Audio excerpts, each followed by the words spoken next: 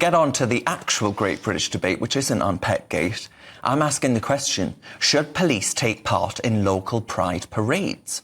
Manchester police aren't taking part in Pride this year, with officers warned not to decorate their uniforms with any type of emblem or badge or flag. This is in a bid to maintain professional standards across the force. Now, this is an issue that's got a lot of you animated at home too. So for the Great British Debate, I'm asking, should the police take part in local pride parades? Well, joining me again, as you know, is political commentator Suzanne Evans and former Labour Party advisor Matthew Larser. Matthew, I'll start with you. Do you have a problem with the police doing this? Because, you know, there have been videos over the years, recent years, of police being seen to be dancing at these pride parades and all kinds of other things. And a lot of people saying, well, I'm not sure about that. Are we getting into the realms of a politicised police force? No, I think we don't want a politicised police force, but I don't think appearing at a pride celebration is politicised any more in terms of the police's participation, any more than, you know, appearing at a carnival or a fete. We're going to see the Notting Hill Carnival this weekend, and you will see the police dancing there as part of maintaining good relations. I mean, I'm from Manchester. If I wasn't with you, Darren, I may well be at Manchester Pride. Benjamin Butterworth. With Benjamin Butterworth, our colleague, is there. And all the lefties.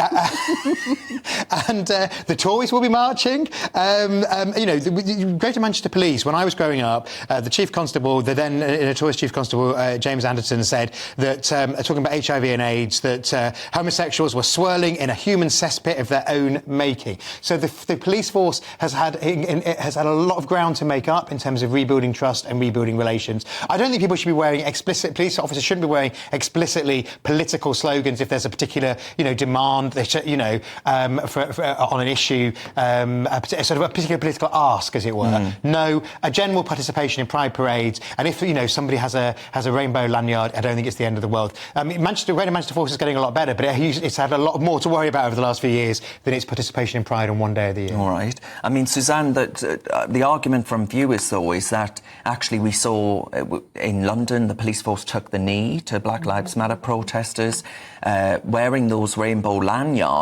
A lot of people, especially this new horrible vomit-inducing pride flag that's been created over recent years, actually has come to stand for things like the mutilation of young children, for example. So there's some people may well be of the view that actually to wear that rainbow lanyard is to take a position in and of itself. I think it is. It absolutely is, particularly, as you say, the new one, which has included the trans agenda, which many gay people who are very good friends of mine say, actually, well, that's not right. This is not about, the trans issue is completely different from homosexuality, completely different. It shouldn't really have any part in that. And it's interesting, I think even some hardliners in the kind of LGBT plus whatever network are beginning to recognise that now, that in fact this is potentially harming their cause and is tending to row back from it, which I think is a very good thing. Because as you say, ultimately we have seen children abused and mutilated as a result of this philosophy. And I think it's going to be a massive scandal in years to come. It's already coming out like that, and I think it's just going to snowball and get worse and worse, actually. It's dreadful what's been done. As far as Greater Manchester Police are concerned, I think this is absolutely the right decision. Do you buy into what Matthew said, though, about actually in the past mistakes have been made, so maybe this is rectifying? I do buy into that, and I was horrified when Matthew said what the police have said. I mean, that's just unforgivable, really. But there's a limit, isn't there, to how much you can keep flagellating yourself and apologising constantly. You have to take a view for the here and now, and ultimately policing should not be politicised. And I don't think police should be participating in demonstrating in the way that they do with Pride. They shouldn't be taking part in any other protest. They're there to police it, that's all, not to join in. Now, the reason a lot of viewers are getting involved in this, Matthew, they're saying, well, actually, we're already witnessing the fragmentation of Britain, right, where they say that actually there's a two-tier police network of service or policing, and that actually the way to rectify that is to strip it back, get back to basics. Was that a John Major line? It was. It didn't end well for John Major. It didn't. You're too young to remember that, yeah, Darren. Well, yeah. And I was just born. And he... well, back then, the police weren't known to be associated with political movements. Now, actually, because the Pride movement has become so I would argue, toxic because of its association with what I think has been a really terrible era for our country, that there are real problems to associate the police with said movements. I think let's just look at what we're talking about here. Is, I mean, there's a huge debate about the trans issue. I think some mistakes have been made, and we clearly saw that in the CAS review with how people have been treated. I don't believe that anybody under 16 should in any way be considered for any surgery or reversible, anything that's irreversible in terms of puberty blockers. But I do think we need to support trans young people. But I don't think. But that's why I back the CAS review, as the government does. On the issue of Greater Manchester Police, I thought it was daft when the National Trust tried to make every volunteer wear a pride lanyard. On the other hand, I think it's also daft to say you can't wear a pride lanyard if you so choose. So, I mean, what we're talking about, there will always be police at the parade actually doing the police function, as it were. But in terms of, because it's obviously a very, very big gathering of tens, indeed hundreds of thousands of people at the biggest prides like Manchester and London and Brighton. And what you actually have is, in terms of their police, people who are volunteering, mostly lesbian and gay police officers themselves, they're marching in the parade. I think it's fine for them if they're in the parade to wear a pride flag. If the people are serving, as in keeping the public order, then they shouldn't be wearing any insignia other than the police uniform. Danny says in GB Views, Manchester police have been told not to decorate their cars in pride flags or wear pride badges, etc. But for years, millions in taxpayer cash has been wasted on advertising it on police cars, ambulances, buses and all sorts. It should never have happened in the first place. I was actually told that in Northumbria Police, that one of the trans cars, it has a trans flag on it, and it's not driven by a trans person, to clarify. It's inoperable. Yes. They can't use it because of its colours and all of its what's on it. So it's there for show. Because it doesn't pass. You have to have certain regulations about what it is. And I thought this just exposes the whole farce of this whole thing. I really, I'm no way not supportive of gay people. I'm completely accepting of gay people, just to put that on the record. But I hate seeing the pride flag hoisted above public buildings. I hate seeing it on zebra crossings. I don't like seeing it on police cars and seeing it pushed in your face. It's not acceptable. The fact is, gay people are welcome and fully included in our society, and there's no need for this anymore. Yeah. And it's a waste of public money. It should fly the Union Jack, that's what I say. Absolutely. Right, folks, thank you very much, Matthew. Thank you very much, Suzanne. You're with Darren Grimes, standing in for Nana Aquia. Now, folks, the government has extended a temporary ban on puberty blockers to also include Northern Ireland.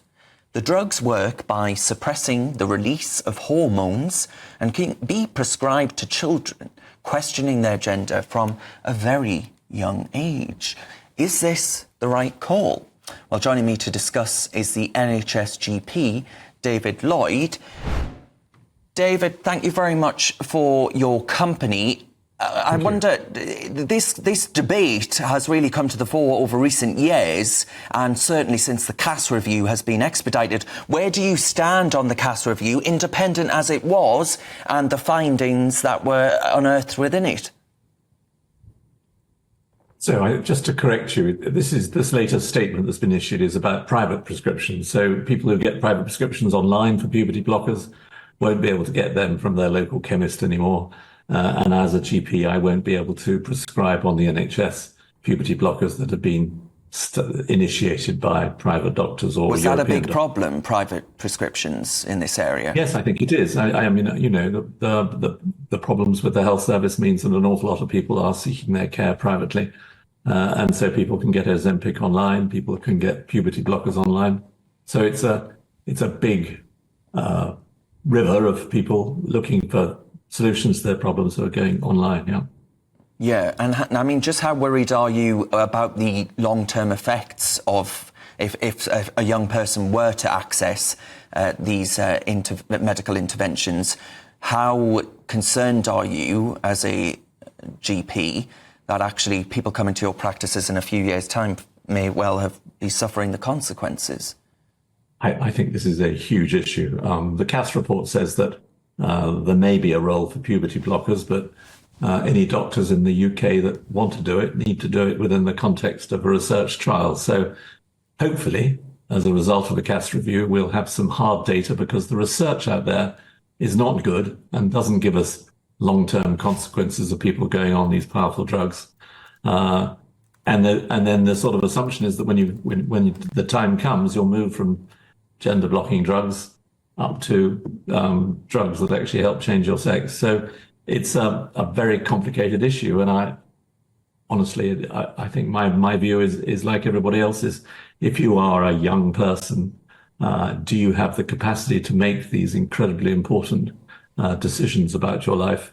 I could, if a 12-year-old comes in and sees me and says, I'd like to go on a contraceptive pill, and I deem them so-called Fraser competent, that's within my powers, and I can do that and help them get the contraception they need without having to involve their parents. But I think it's a next level up when you're talking about gender issues. And there's no doubt there's been a huge increase in the number of people that are seeking help with their gender problems in the UK, particularly amongst people that are registered as female at birth. It used to be people who are registered as male at birth that were the main clients for these clinics. But now we're seeing a huge upswing in people who were born female. So there's something going on in society which is triggering this, just like the neurodiversity debate as well. Exactly, I agreed. And for saying that, you're accused of all sorts of isms and phobias. But I can remember when I was at school, the size 0 phase was a whole big scare where people were starving themselves. And I fear that this is something that's becoming quite widespread thanks to social media too. But we'll have to leave it there. David Lloyd, thank you very much for your expertise.